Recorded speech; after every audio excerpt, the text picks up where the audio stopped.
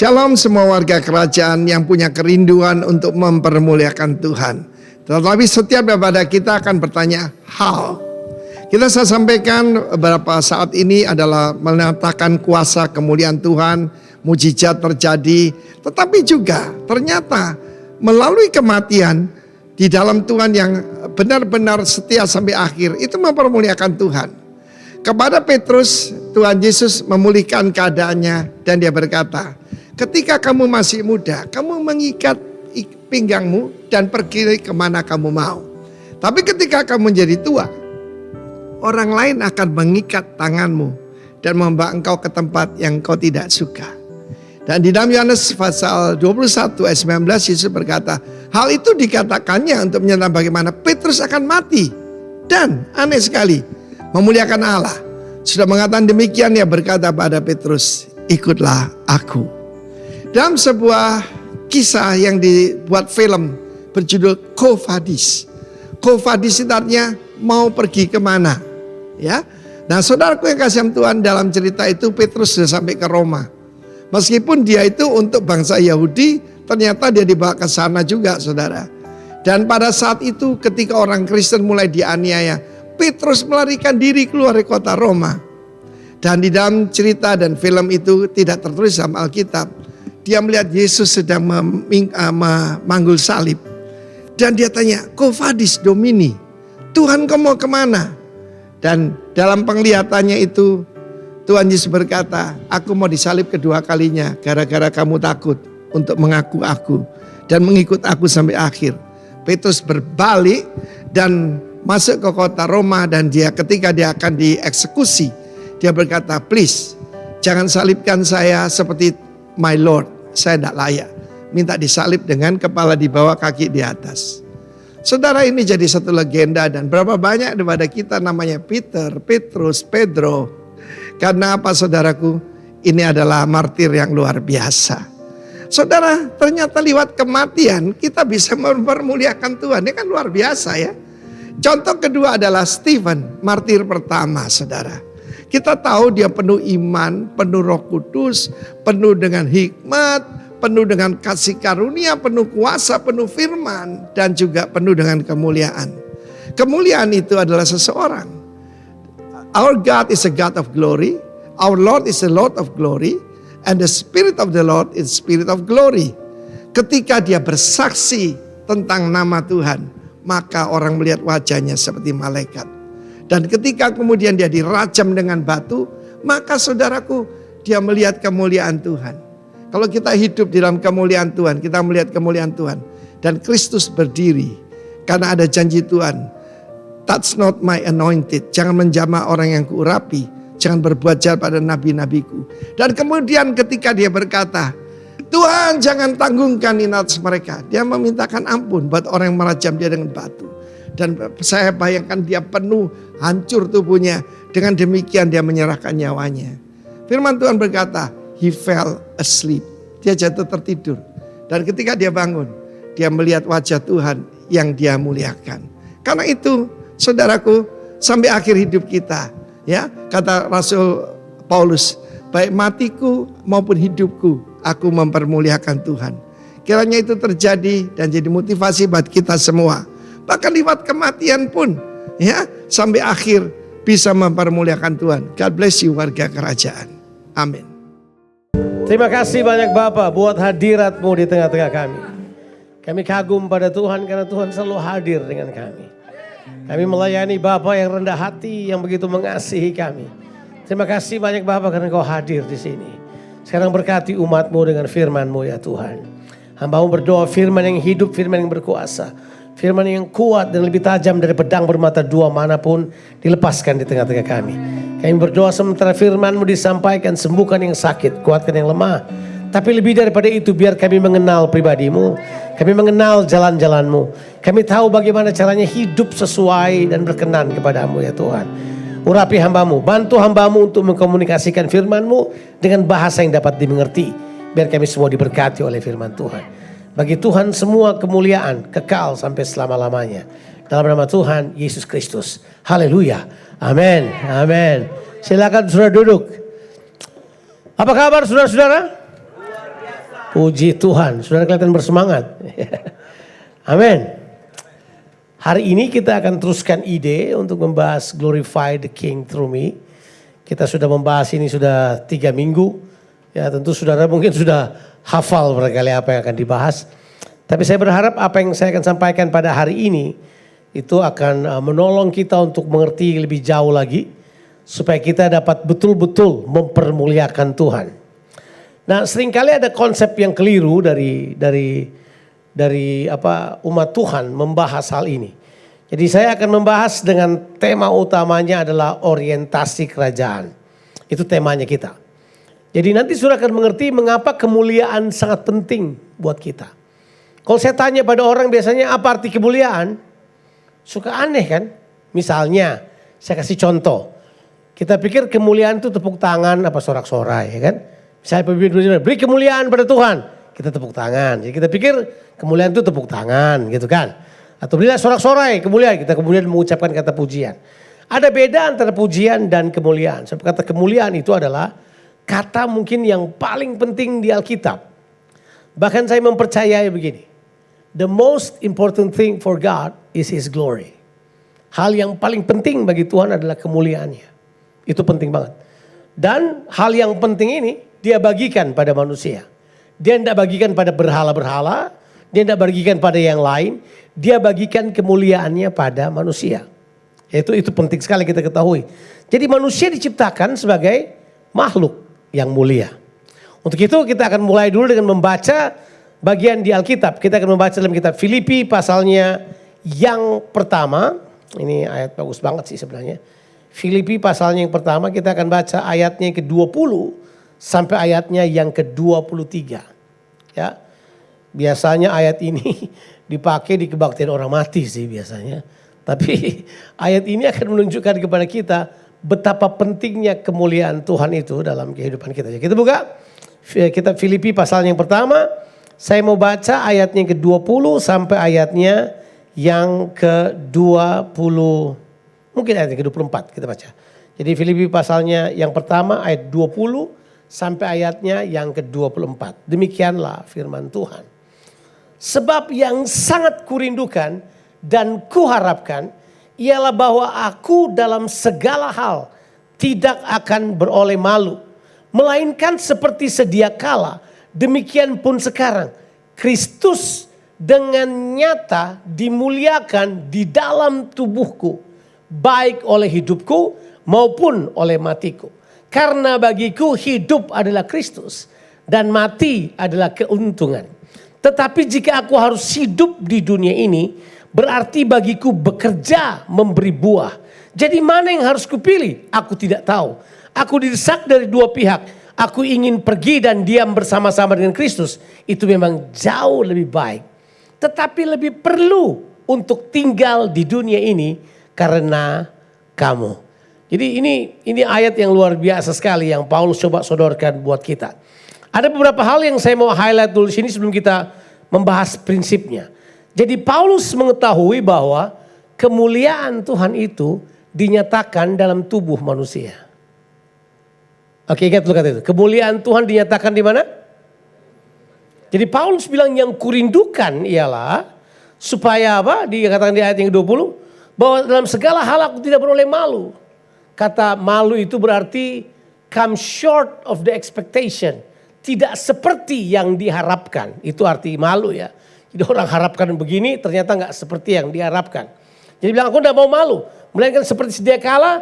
Ini bilang Kristus dengan nyata dimuliakan di dalam tubuhku. Jadi Paulus mengetahui bahwa kemuliaan itu terjadi pada apa? Atau terjadi dalam apa? Tubuh manusia. Wow. Padahal kan tubuh kita ini seringkali dibilang apa? Tubuh kita ini penuh dengan dosa, penuh dengan kelemahan, penuh dengan segala hal. Tapi Alkitab bilang buat kita bahwa kemuliaan Allah mau dinyatakan lewat apa? Tubuh manusia. Berarti tubuh kita ini penting. Karena tubuh kita merupakan tempat kehendak Allah dimanifestasikan. Tuhan mau berdiam dalam tubuh kita, betul ya? Alkitab berkata kita ditebus supaya roh Allah berdiam dalam tubuh kita. Jadi tubuh kita ini penting. Nah, kita perlu memahami bahwa kemuliaan yang Tuhan berikan kepada kita itu adalah sesuatu yang luar biasa. Nah, saya akan mulai membahas dengan saudara apa artinya kemuliaan. Kemudian kita akan bergeser pelan-pelan untuk membahas hal-hal yang penting. Nah, sering sekali orang punya pemahaman kemuliaan itu adalah apa yang kita capai, betul kan? Kita mau mencapai kemuliaan, dari kemuliaan pada kemuliaan. Tapi sebenarnya ini yang kita lupa bahwa waktu manusia diciptakan sebagai makhluk yang apa? Mulia. Mengapa demikian? Ini prinsip pertama. Prinsip pertama adalah bahwa kemuliaan itu berdiam dalam kehidupan kita. There is glory inside of us. Ada kemuliaan yang ada di dalam kita. Jadi manusia diciptakan itu begini. Kemuliaan Tuhan berdiam dalam kehidupan kita. Manusia tidak diciptakan dengan hina, percayalah. Manusia bukan makhluk hina. Manusia adalah makhluk mulia. Kehinaan menjadi bagian manusia karena manusia jatuh di dalam dosa. Tapi waktu Tuhan menciptakan manusia di awalnya, manusia penuh dengan kemuliaan. Gak ada amennya nih. Kayak saudara lebih percaya bahwa saudara hina dina, saudara lihat orang tidak berharga, diinjaki. Itu kan konsep yang coba dihadirkan buat kita. Konsep agama beritahukan bahwa manusia tidak berarti, manusia tidak berharga, manusia berdosa, manusia binasa, manusia malang, manusia nggak ada apa-apanya. Tuhan bilang enggak. Manusia diciptakan mulia. Di dalam Mazmur pasal yang ke-8. Coba kita baca Mazmur pasalnya yang ke-8. Coba kita lihat kitab Mazmur pasalnya ke-8, ayat yang ke-3 sampai ayatnya yang ke-7 lah atau 6 barangkali. Ya, dibilang begitu bahwa jika aku melihat langitmu, buatan jarimu, bulan dan bintang-bintang yang kau tempatkan. Jadi pemazmur dalam hal ini Daud, dia lihat bintang, dia lihat dahsyat sekali ciptaan Tuhan. Saudara pernah lihat bintang gak? Dahsyat banget. Coba pergi ke tempat di mana saudara bisa lihat pakai teleskop yang jauh kemudian bisa lihat bintang, powerful, luar biasa banget bintang-bintang tersebut. Itu dahsyat banget. Tapi kemudian dia bilang gini, hal yang dahsyat yang Tuhan ciptakan ini, kalau dibandingkan dengan manusia, dia bilang gini, apakah manusia? Kenapa Tuhan tidak kunjungi bintang? Kenapa Tuhan tidak kunjungi lain? Tuhan datangi manusia. Makanya dia bilang gini, apakah manusia sehingga engkau mengingatnya? Apakah anak manusia sehingga engkau mengindahkannya? Namun engkau telah membuatnya hampir sama seperti Allah. Dan kemudian apa? Dan telah memahkotainya dengan apa? Kemuliaan. Kemuliaan. Ya. Dan hormat. Dan engkau membuat dia berkuasa atas buatan tanganmu. Ini yang paling powerful. Segala-galanya telah kau letakkan di mana? Di bawah kakinya. Kapan ini terjadi? Waktu Tuhan jadikan manusia. Coba lihat dulu, coba ditampilkan JVT. Coba kasih tahu buat taruh di situ hal-hal yang Tuhan buat kita. Ada beberapa hal itu.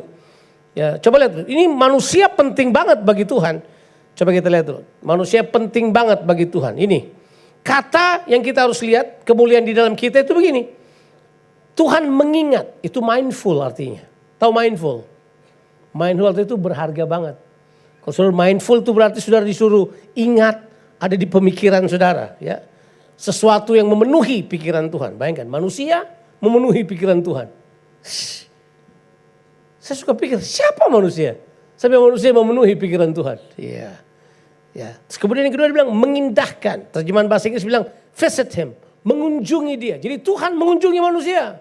Itu hal yang natural banget. Di perjanjian lama Tuhan kunjungin manusia. Alkitab bilang Adam dengan Tuhan sering sekali Tuhan datang. Waktu sore hari mereka kemudian bersekutu. Tuhan menganggap manusia penting. Makanya Tuhan mengunjungi dia. Kemudian dia bilang ini. Menjadikannya hampir. Kalau hamper itu kayaknya lain deh kayaknya. Hampir sama seperti Allah. Tuhan menjadikannya apa? Hampir sama seperti Allah.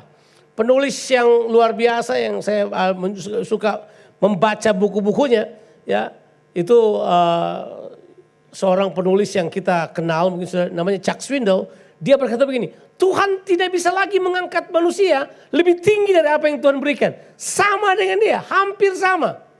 Enggak sama, hampir sama. Beda kan, hampir sama. Kalau manusia sama dengan Tuhan, ya manusia jadi Tuhan. Tapi enggak, Jadi dibilang Tuhan tidak mungkin angkat lebih tinggi lagi. Manusia dijadikan hampir sama dengan Allah. Itu jelas. Kemudian dia bilang ini, memahkotainya dengan apa? Kemuliaan, hormat, dan kuasa. Meletakkan segala sesuatu apa? Di bawah kakinya. Jadi ini Tuhan memiliki tujuan waktu menjadikan manusia. Dan tujuan itulah yang mulia. Karena Tuhan memiliki tujuan pada manusia, makanya Tuhan memberikan kemuliaannya pada manusia. Coba kita lihat dulu arti daripada kemuliaan. Itu penting sekali. Arti dari kata mulia secara etimologis itu begini. Mulia itu dalam bahasa Ibraninya kabaut. Kabaut ya. Itu artinya sama dengan doksa. Itu artinya adalah bobot atau kualitas. Jadi arti daripada mulia itu adalah kualitas. Bobot. Weight bahasa Inggrisnya. Jadi sebenarnya waktu Tuhan jadikan manusia mulia, itu Tuhan memberikan bobot kehidupannya, kualitas kehidupannya pada manusia. Jadi manusia itu memiliki kualitas hidup Allah. Biar dulu kualitas hidup Allah. Kata dulu, saya memiliki kualitas hidup Allah. Oh ya, manusia pada awalnya diciptakan begitu mulia. Karena manusia memiliki apa? Kualitas hidup Allah. Jangan percaya yang mengatakan bahwa manusia sama dengan makhluk hidup yang lain. Pelajaran biologi kelas 2 SMP atau kelas 1 SMA yang berkata bahwa manusia sama dengan hewan, sama dengan tumbuhan. Kita ini katanya adalah makhluk hidup, sama dengan tumbuhan, sama dengan hewan. Jangan percaya itu karena manusia tidak sama dengan tumbuhan, tidak sama dengan hewan. Mereka memang punya hidup, tapi manusia memiliki zoe. Manusia punya nefes haya. Manusia memiliki nafas Allah. Jadi Tuhan menaruh identitasnya, Tuhan menaruh kemuliaannya, Tuhan memberikan kepada manusia kualitas kehidupannya. Jadi manusia memiliki kualitas kehidupan Allah. Kalau manusia sama dengan binatang atau manusia disamakan sama teori evolusi yang berkata manusia berasal dari Pithecanthropus erectus. Itu nama kerennya monyet itu, Pithecanthropus erectus. Sebenarnya enggak. Manusia sama dengan Allah. Seperti Allah. Penuh dengan kemuliaan. Punya bobot kemuliaan. Nah ini dia ini. Kemuliaan itu sebenarnya adalah ini. Sistem hidup kerajaan Allah. Wow. Saudara pikir sistem hidup kerajaan Allah. Artinya karena Tuhan mau kerajaannya dinyatakan di muka bumi ini. Makanya bobotnya, standarnya adalah kemuliaan Allah. Betul kan? Makanya manusia berbeda dari semua binatang. Manusia disebut sebagai makhluk apa? Mulia. Wah itu luar biasa. Nah cuma kan kita punya masalah. Masalahnya adalah manusia jatuh ke dalam dosa. Tahu artinya jatuh dalam dosa? Tahu artinya enggak? Itu sistem hidup manusia diambil. Sistem hidup manusia kemudian tidak berfungsi. Kemuliaan hilang karena dosa. Manusia jatuh ke dalam dosa, manusia kehilangan kemuliaan Allah. Ini penting kita ketahui. Coba kita baca dulu. Keluar dari situ kita baca Roma pasalnya yang ketiga, ayatnya yang ke-23. Alkitab berkata begini, semua manusia telah jatuh dalam dosa dan apa? Kehilangan apa? Kemuliaan Allah. Kata sayangnya dipakai di situ kehilangan kemuliaan Allah. Terjemahan yang tepat adalah lebih rendah dari kemuliaan Allah. Makanya ada istilah apa? Kejatuhan. Kata yang dipakai sebenarnya dalam terjemahan bahasa Inggris, all men have sinned and become short of the glory of God. Artinya begini, kemuliaan Allah di sini, manusia ada di bawahnya. Kalau pakai bahasanya adalah manusia ada di bawah standar hidup Allah. Jadi hidup Allah ada di sini, manusia di bawahnya. Tuhan mau manusia hidup secara kemuliaan, tapi manusia jatuh dalam dosa. Makanya ada istilah apa? Jatuh. Jatuh itu punya pengertian become short. Menjadi lebih rendah. Terjemahan Indonesia bilang jelas, hilang. Kemuliaan Allah hilang dari diri manusia. Jadi kemudian manusia kehilangan atau manusia tidak memiliki lagi fungsi kemuliaan dalam diri mereka. Manusia mulai berfungsi dalam dosa. Manusia tidak berfungsi dalam kemuliaan Allah. Jadi kemuliaan itu adalah DNA-nya manusia. Kemuliaan itu adalah sistem yang bergerak dalam diri manusia yang membuat manusia dapat berhubungan dengan Allah dan memanifestasikan kuasa Allah di muka bumi ini. Sebab tujuan Allah sederhana. Tuhan mau heaven manifested on earth. Tuhan menghendaki sorga dinyatakan di muka bumi ini. Lewat siapa? Lewat manusia. Makanya dia berikan kemuliaannya dalam manusia. Supaya manusia dengan kemuliaan Allah memanifestasikan tujuan Allah ini. Supaya manusia kemudian dapat menyatakan kemuliaan Tuhan. Ini penting. Tapi dosa datang. Manusia kemudian apa? Jatuh dalam dosa. Kehilangan kemuliaan Allah. Tapi haleluya. Yesus datang dan tebus kita. Amin. Yesus datang, dia tebus kita. Arti menebus adalah membeli kita kembali. Mengembalikan kita pada tujuan Allah. Supaya manusia kembali lagi menyatakan kemuliaan Tuhan. Makanya Alkitab beritahu buat kita, Yesus datang untuk memberikan kemuliaannya buat kita. Dia serahkan kemuliaannya buat kita. Supaya kita kembali bergerak pada sistem itu. Tuhan mau supaya kita kembali memanifestasikan kemuliaannya. Lewat apa? Lewat apa? Lewat tubuh kita. Bilang dulu tubuh. Kita sudah baca tadi kan? Coba kita ulang lagi. Baca ayat tersebut, Filipi pasal 1 ayatnya yang ke-20. Ada sebuah kata yang di situ yang orang suka pandang enteng. Dia bilang ini, sebab yang sangat kurindukan dan kuharapkan ialah bahwa aku dalam segala hal tidak beroleh malu. Kata saya bilang tadi tidak beroleh malu adalah apa? Tidak menjadi seperti yang diharapkan. Itu malu artinya. Melainkan seperti sedia kala. Bilang dulu, sedia kala. Orang pikir kata sedia kala apa? Kata sedia kala itu adalah tujuan awal Tuhan. Itu kata sedia kala. Dimulai dari awalnya. Dia bilang dari awalnya Tuhan mau. Demikian pun sekarang apa itu? Kristus apa? Nyata. Jadi artinya begini. Kemuliaan itu sudah ada dalam saudara. Bagian saudara adalah menyatakannya. Bilang dulu. Menyatakannya. Saudara tidak mencari kemuliaan lagi. Sebab kemuliaan sudah ada dalam saudara. Saudara tidak perlu cari kemuliaan. Kemuliaan sudah ada. Karena yang berdiam dalam saudara adalah kemuliaan Allah. Yesus adalah kemuliaan. Makanya dikatakan Alkitab, Christ in you the hope of glory. Itu dituliskan Kolose 1 ayat yang ke-27. Ini memang rahasia kata Paulus. Coba kita baca ayat tersebut. Sorry JVT tolong dulu. Ayatnya kitab Filipi. Kitab Kolose pasal 1 ayat yang ke-27. Coba kita lihat ayat tersebut. Kalau boleh. Kalau coba saudara lihat di Alkitab saudara, Kolose pasal 1 ayat yang ke-27 dia katakan demikian. Kalau saudara baca ayat 15, Yesus itu gambar Allah yang tidak kelihatan, Tuhan gak kelihatan. Tapi lewat Yesus Tuhan kelihatan. Kemudian Yesus naik ke sorga. Sekarang kita manusia, gerejanya merupakan manifestasi dari Tuhan Yesus yang tidak kelihatan. Dia bilang begini, kepada mereka ayat yang ke-27, Allah mau memberitahukan betapa kaya dan mulianya rahasia itu di antara bangsa-bangsa lain. Yaitu sayangnya terjemahannya adalah Kristus ada di tengah-tengah kamu.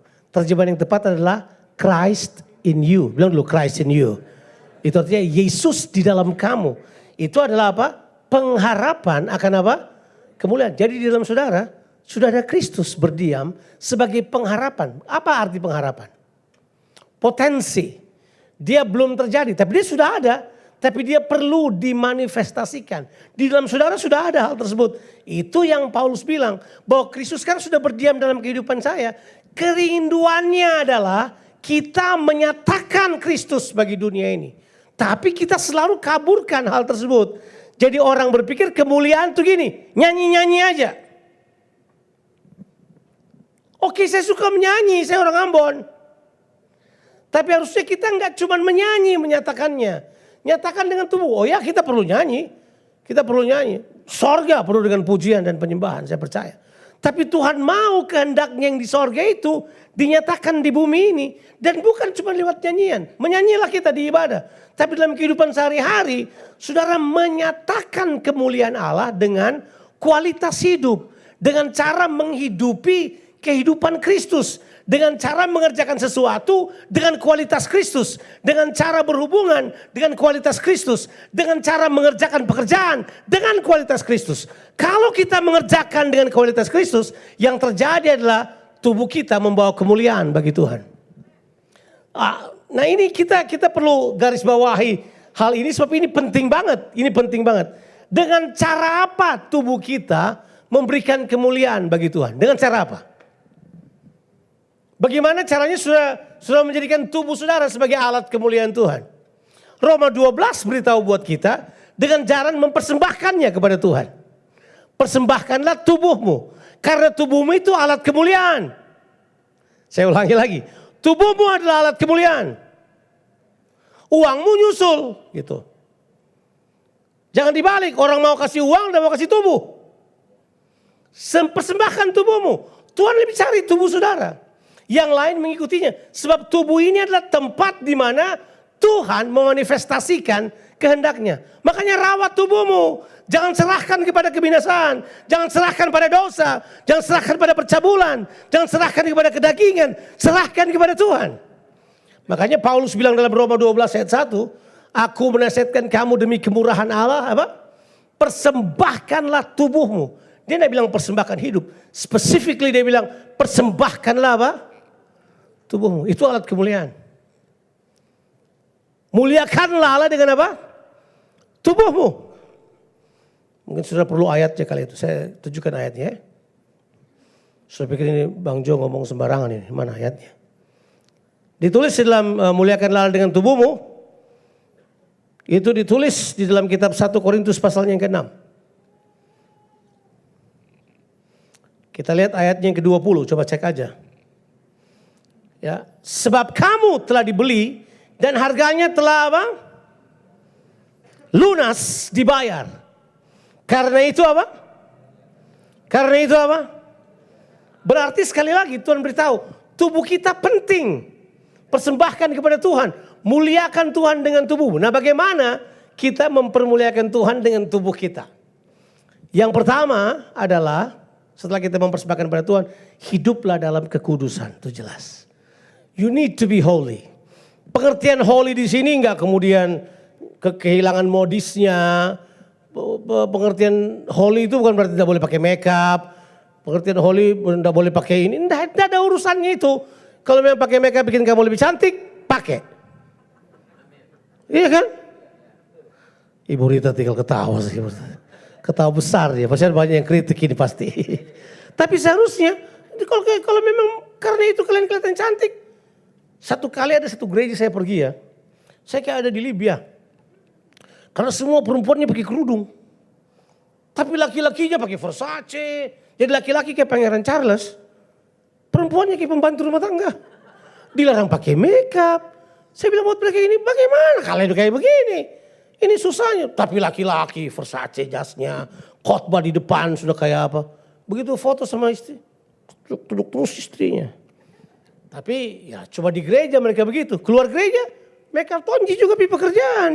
Pergi kerja pakai makeup juga. Saya pikir kalian main-main gereja-gerejaan ini. Kemuliaan Allah bukan soal itu. Kemuliaan Allah bukan itu. Jadi kekudusan itu gak ada hubungan dengan itu. Tahu arti kekudusan?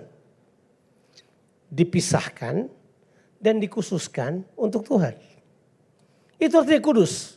Hagios bahasa Yunaninya. Jadi kalau kita mau hidup kudus itu sederhana. Pisahkan hidup kita, apa saja yang kita kerjakan, kita persembahkan buat Tuhan.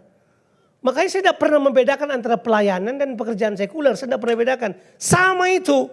Kamu melayani harus kudus, bekerja sekuler juga harus kudus. Peruntukan buat Tuhan. Nah orang berpikir, apakah pengertian kudus apa itu? Apakah pengertian kudus kita jalan setiap ngomong sama orang, haleluya puji Tuhan. Itu burung beo. Pengertian kudus itu begini, saudara menggunakan otak saudara tata kelola yang Tuhan berikan pada saudara untuk menyatakan kemuliaan Allah. Iya kan? Yang penting jangan astuti. Asli tukang tipu. Atau asli tukang tidur atau malas. Yang paling penting di sini adalah saudara tahu persis bahwa tubuhmu ini telah dibeli oleh Tuhan. Saudara sekarang persembahkan buat Tuhan. Ya, kadang-kadang orang Kristen takut. Orang Kristen takut kemewahan. Orang Kristen takut yang tidak usah takut. Saudara anak raja. Tapi kita tidak perlu boros, kita tidak perlu sia-siakan. Kita tidak kemudian hidup secara glamor dan kemudian membuang-buang semuanya. Enggak. Kita hidup dengan decent. Kita hidup dengan benar. Orang-orang yang saya ketemu, orang-orang yang diberkati oleh Tuhan. Yang uangnya mereka banyak, mereka juga tidak hidup sembarangan. Mereka hidup baik, mereka kendalikan keuangan mereka. Mereka atur uangnya dengan baik. Mereka nggak sembarangan, mereka mempercayakan pada tempat yang tepat. Mereka punya bisnis, mereka punya investasi, mereka punya apa-apa. Mereka mengelolanya.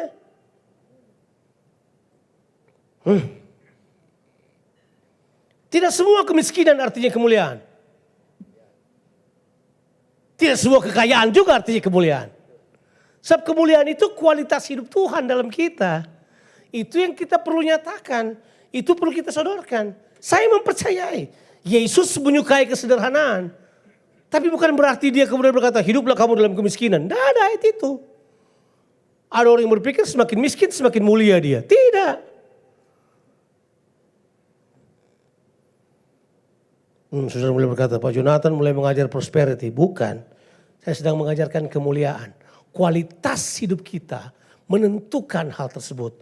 Bagaimana saudara mempersembahkan tubuh saudara, saudara kemudian hidup kudus. Saudara tahu kekudusan itu penting. Saya tidak perlu berkhotbah untuk bikin takut-takut saudara. Sebab kekudusan itu bukan soal ini, jangan itu. Kekudusan bukan itu. Tuhan menguduskan kita. Kekudusan yang kita peroleh datang dari Tuhan Yesus Kristus. Amin. Saudara masih mencintai saya? Saya berharap saudara tetap mau hidup. Tapi yang kedua ini penting ya. Sudah yang ketiga tuh mempersembahkan pada Tuhan, hidup kudus. Sekarang yang ketiga, ini penting yang ketiga ini. Yang ketiga ini yang kemudian kita sering khotbahkan adalah bekerja memberi buah. Bilang dulu, bekerja memberi buah. Bilang semua, bekerja. Itu artinya pemalas dilarang hidup.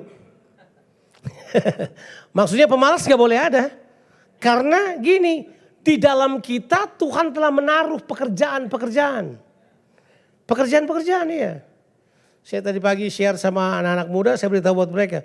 Orang pikir pekerjaannya pendeta katanya cuma modal abab saja. Bahasa Jawa itu, modal mulut aja. Kalau bahasa Makassar bilang mulut apa? Bawa. Modalnya bawana tonji itu. Di bawana, bingung bahasanya. Bahasa Makassar membingungkan memang kadang-kala. Tapi ekspresif. Mulut kita pakai untuk kemuliaan Tuhan. Orang bilang buat saya, Pak Jonathan enggak kerja ya, kerjanya cuma khotbah aja di depannya. Saya bilang, kok bisa khotbah ya? Coba kau khotbah beda. Saya mau dengar. Kalau kau bilang berkhotbah gampang, khotbah kau beda saya dengar. Sebab saya tidak berkhotbah sembarang saudara. Saya mempersiapkan diri saya Pak. Saya udah cek semua kata bahasa aslinya. Sementara orang lagi duduk, tidur, saya pelajari, saya baca, itu kan bekerja. Saya luangkan waktu berjam-jam hanya untuk mengetahui, mengerti, tahu hubungannya, tahu bahasa aslinya, tahu konteksnya, tahu narasinya. Itu perlu belajar Pak. Perlu bekerja Pak. Coba kau beda khotbah. Saya tidak mau berkhotbah kayak gini. Saudara-saudara, menurut Yohanes 7 ayatnya yang ke-16. Terus dia berkata, jadi dulu waktu saya kecil, dia khotbah, dia cerita waktu dia kecil. Kan begitu cara orang berkhotbah sekarang. Jadi menurut Yohanes 3:16, jadi begini saudara, waktu saya tabrakan itu hari, apa hubungan Yohanes 3:16 dan kau tabrakan? Tapi begitu orang selalu hubung-hubungkan khotbah dan mereka pikir begitu berkhotbah. Yang penting bicara aja. Tuh. No. Saya percaya itu butuh karunia. Saya percaya kamu mesti bergerak. Ada banyak pengkhotbah di dunia ini. Ada banyak orang yang bisa khotbah banyak. Tapi kan kamu tidak cuma sekedar khotbah. Kamu harus make sense setiap arti. Kamu mesti tahu kata ini artinya apa. Karena belum tentu ini. Kita dari Pentakosta seringkali begini. Kita mau menjelaskan Matius menggunakan Lukas. Kita mau menerjemah, kita mau mengajar tentang kisah Rasul. Kita pakai kitab Kejadian. Tak bongkar otaknya orang. Itu sembarang kita bicara tuh. Ada yang cocokologi. Ada yang kemudian pengajaran. Ya kemudian kita bikin-bikin. Enggak saudara. Pekerjaan itu adalah sesuatu yang kita keluarkan. Dan saya tidak ukur pelayanan saya dengan uang. Enggak, saya tidak ukur pelayanan saya dengan uang. Enggak, tidak penting. Yang penting saya mengeluarkan kapasitas saya yang terbaik. Yang penting saya meninggalkan warisan buat dunia ini. Saya mengeluarkan apa yang ada di dalam saya, gitu kan. Bekerja memberi buah. bekerja memberi buah. Jadi pekerjaan saudara menghasilkan buah. Tidak ada pekerjaan, gak ada buah. Sudah lihat saya? Paulus bilang begini. Saya bingung kata Paulus. Saya mau pergi kemana? Pergi langsung bersama Yesus. Enaknya itu. Jadi kalau konsep keselamatan saudara langsung masuk surga. Pikir-pikir dulu konsep itu.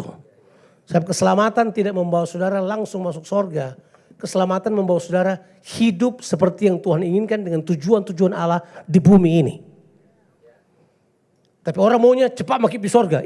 Kalau memang maksudnya Tuhan, saudara langsung pergi ke surga, kenapa begitu saudara selamat dan ditembak kepalamu saya langsung pulang ke surga? Terus yang lucunya, sudah mati kita, yang katanya langsung pergi di surga, kenapa dibangkitkan lagi? Tuh tabrakan otaknya kita, Yudi. Tapi kan kita boleh bingung kan karena tidak ada narasi yang panjang jelaskan buat kita bahwa kita hidup di dunia ini diselamatkan untuk melakukan pekerjaan-pekerjaan Allah. Memang keselamatan tidak perlu pekerjaan. Yesus mati buat saudara. Keselamatan tidak perlu yang lain. Yesus tebus saudara bukan hasil usaha saudara sendiri. Tapi setelah itu bekerja Pak. Nah sekali lagi pekerjaan yang dimaksud Alkitab itu begini. Pekerjaan yang Tuhan berikan buat kita. Coba kita lihat Efesus pasal yang kedua. Ayatnya 8, 9, 10. Bahwa tujuan penebusan itu adalah supaya Tuhan memberikan kepada saudara lagi pekerjaan. Ya. Terus ini para ahli teologi masa kini memisahkan antara ayat 8, 9, dan 10. Padahal itu satu konteks itu. Coba lihat Efesus 2 ayat 8. Sebab karena kasih karunia kamu diselamatkan oleh iman. Itu bukan hasil usahamu, tetapi pemberian Allah. Siapa yang diselamatkan oleh iman karena kasih karunia? Haleluya, kita semua. Ayat 9. Itu bukan hasil pekerjaanmu. Jangan ada orang yang memegahkan diri. Jadi soal keselamatan, tidak ada yang bisa sombong. Kita semua selamat karena kasih karunia oleh iman. Tidak ada hasil pekerjaanmu. Tetapi setelah diselamatkan, ada tujuan keselamatan. Sayangnya orang tidak membahas tujuan keselamatan. Ini dia masalahnya. Kalau orang tidak tahu tujuan keselamatan, mereka pikir keselamatan adalah tujuan. Keselamatan bukan tujuan. Keselamatan justru langkah awal. Tujuannya adalah ayatnya yang ke-10. Ini. Karena kita ini buatan Allah. Siapa buatan Allah? Kita. Terus bukan cuma buatan Allah. Diciptakan dalam Yesus Kristus. Setelah jatuh manusia berdosa, kita dilahirkan kembali dalam Yesus Kristus. Kemudian dia bilang ini, untuk apa? Untuk apa? Melakukan pekerjaan baik. Kata yang dipakai itu ergon. Ergon itu pekerjaan baik. 176 kali muncul di Alkitab. Lebih banyak dari kata kerajaan kata itu. Ya. Ergon itu 176 kali tulis. Diterjemahkan pekerjaan baik. Mungkin 172. 4 kali adalah perbuatan baik. Misalnya ayat tema kita, Matius 5 ayat 16, kata melihat perbuatanmu yang baik, itu kata ergon juga. Ergon itu pekerjaan yang baik. Nah, Alkitab bilang buat kita telah ini sudah ada. Kembali tadi, Efesus 2 ayat 10. Kembali lagi ayat, thank you. Dia bilang ini, kita ini buatan Allah, diciptakan oleh Yesus untuk melakukan apa?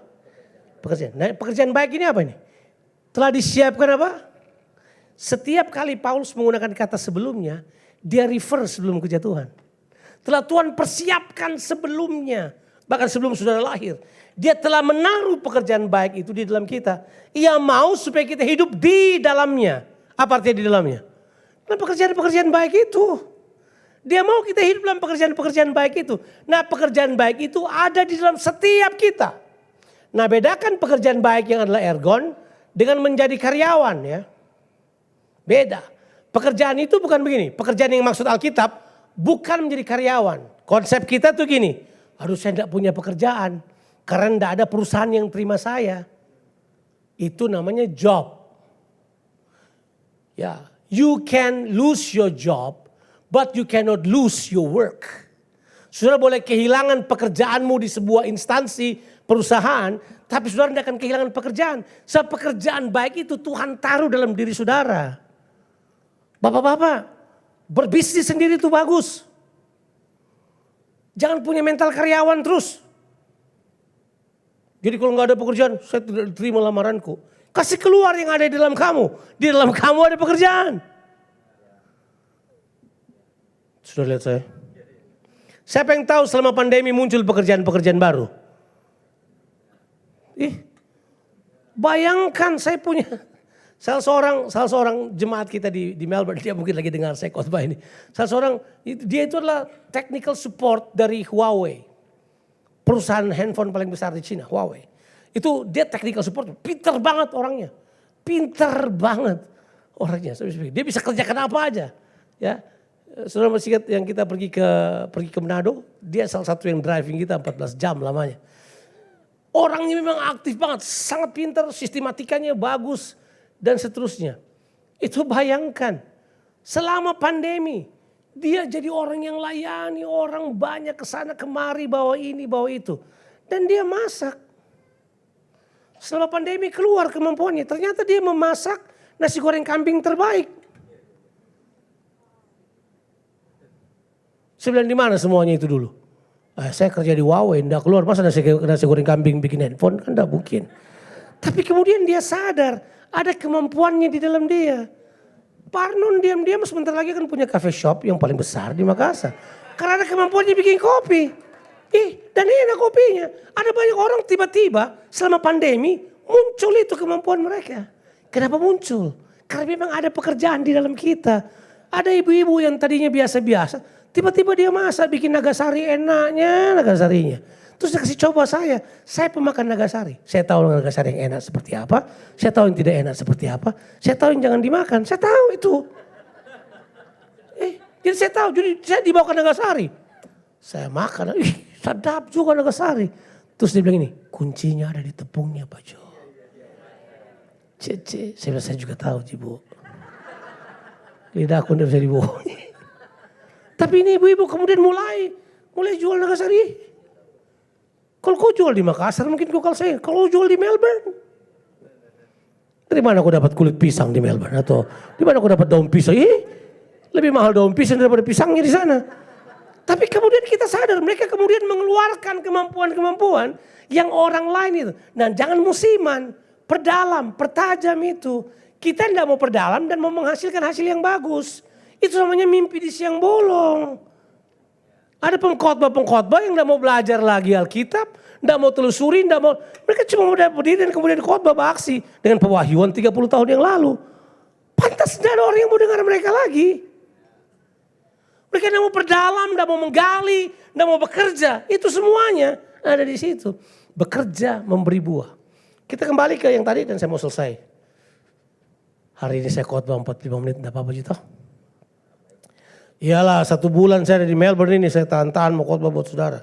Coba mau habis ini. Kembali ke yang kita baca tadi Filipi 1 ayatnya yang ke-23 aja.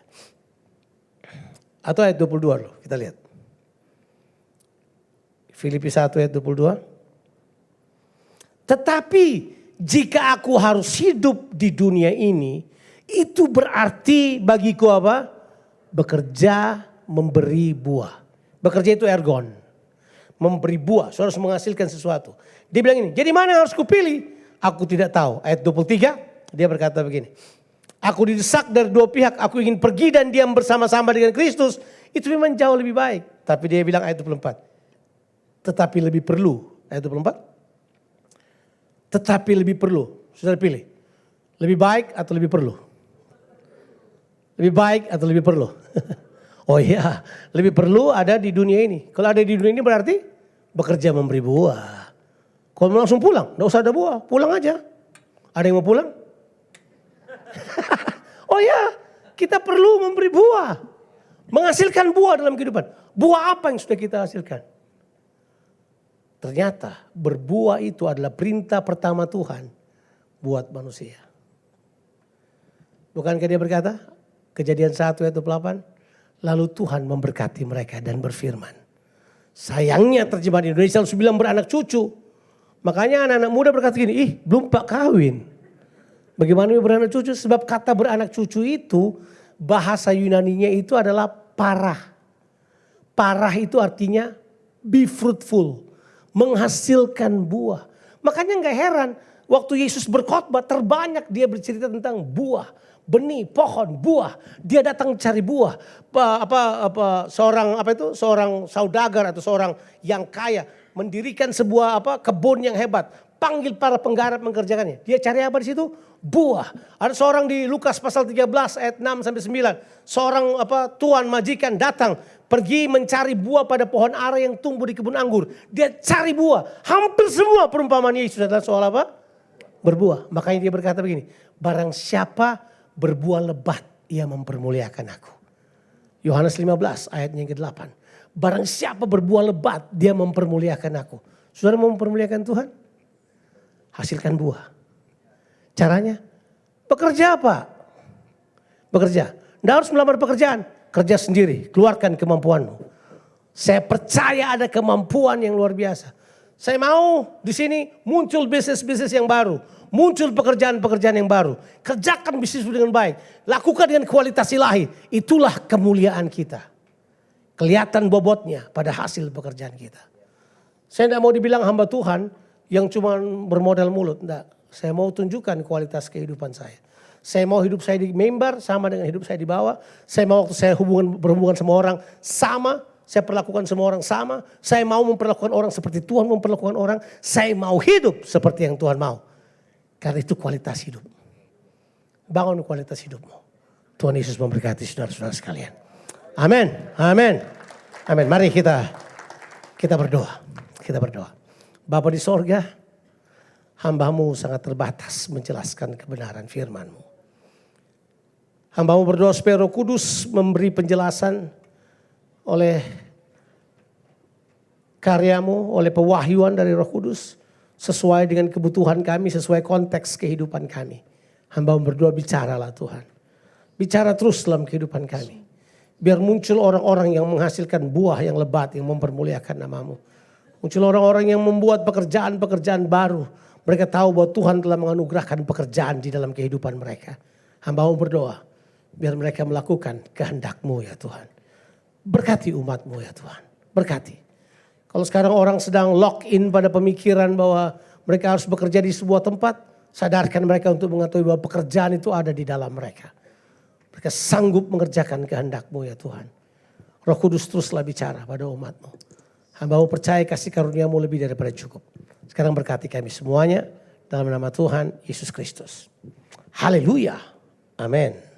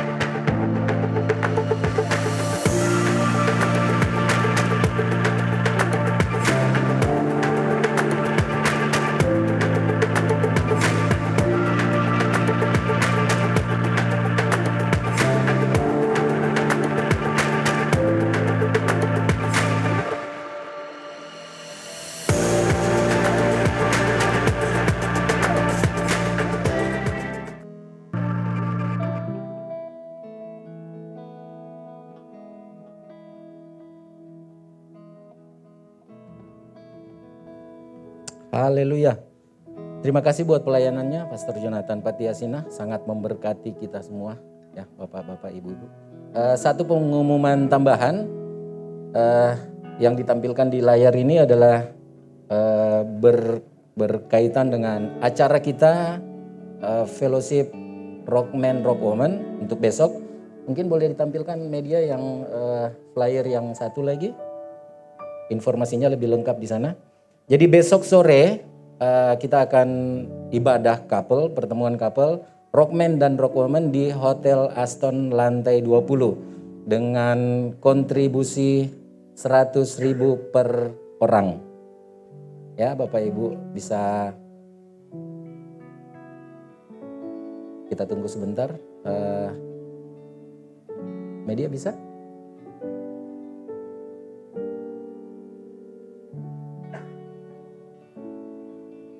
Baik,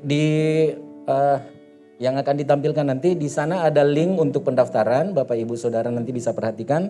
Tapi jika mengalami kendala dalam mengisi data di link yang sudah disiapkan itu, bisa ya ini flyernya sudah ada.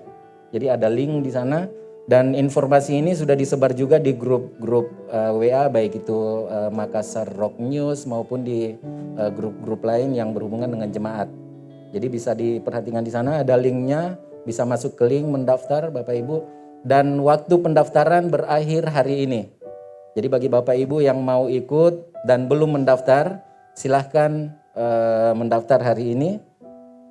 Karena akan kita atur untuk acara tersebut, jadi harus ada koordinasi sehingga kita harus akhiri hari ini pendaftarannya. Jika mengalami kendala dalam pendaftaran, bisa menghubungi saya nanti setelah ibadah ini dan langsung mentransfer ke rekening yang ditampilkan pertama tadi. Aldrich, boleh.